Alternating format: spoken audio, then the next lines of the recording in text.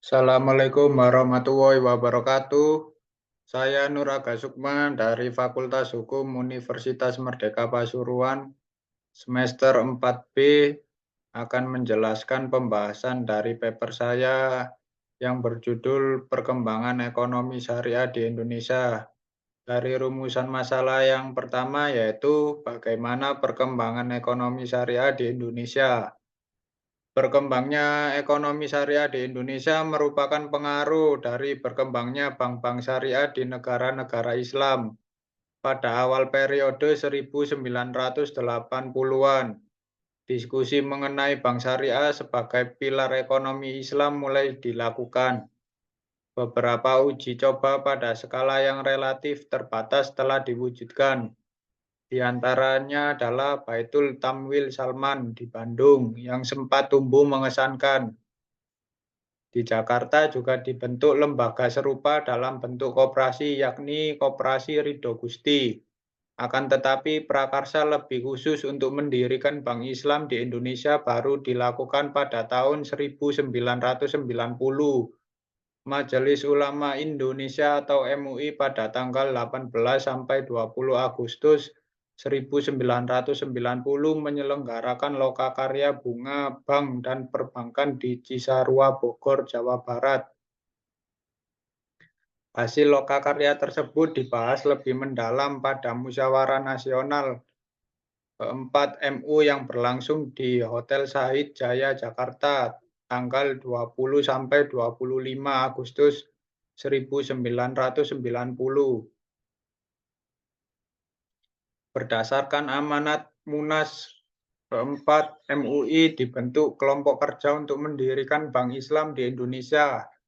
Ditandai dengan didirikannya Bank Muamalat Indonesia atau BMI pada tahun 1902 dan Persyarikatan Takaful Indonesia pada tahun 1994. Perkembangan perbankan syariah pada era reformasi ditandai dengan disetujuinya Undang-Undang Nomor 10 Tahun 1998.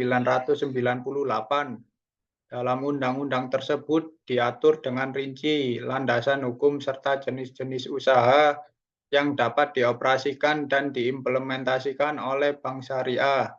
Undang-undang tersebut juga diberikan arahan bagi bank konvensional untuk membuka cabang syariah atau bahkan mengkonversi diri secara total menjadi bank syariah. Akan tetapi dengan semakin pesatnya perkembangan perbankan syariah, maka diberlakukan lagi pengaturan mengenai melalui undang-undang. Undang-undang yang dimaksud telah disahkan dan diundangkan yakni Undang-Undang Nomor 21 Tahun 2008 tentang perbankan syariah. Rumusan masalah yang kedua yaitu apa saja faktor pendorong ekonomi syariah di Indonesia. Perkembangan ekonomi syariah di Indonesia juga tidak terlepas dari beberapa faktor pendorong. Secara sederhana, faktor-faktor itu dikelompokkan menjadi faktor eksternal dan internal. Faktor eksternal adalah penyebab yang datang dari luar negeri, berupa perkembangan ekonomi syariah di negara-negara lain. Kesadaran ini kemudian mewabah ke negara-negara lain dan akhirnya sampai ke Indonesia. Sedangkan faktor internal adalah kenyataan bahwa Indonesia ditakdirkan menjadi negara dengan jumlah penduduk muslim terbesar di dunia. Faktor ini menimbulkan kesadaran di sebagian cendekiawan dan praktisi ekonomi tentang perlunya suatu ekonomi yang sesuai dengan nilai-nilai Islam dijalankan oleh masyarakat muslim di Indonesia.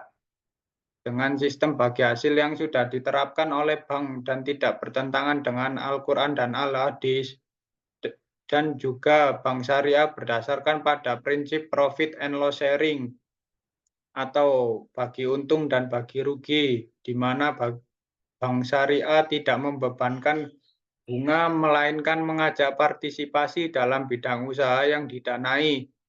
Para deposan juga sama-sama mendapat bagian dari keuntungan bank sesuai dengan rasio yang telah ditetapkan sebelumnya.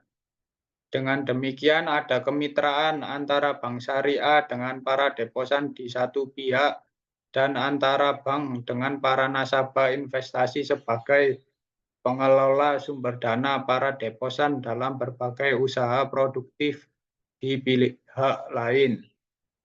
Sekian penjelasan dari paper saya. Wassalamualaikum warahmatullahi wabarakatuh.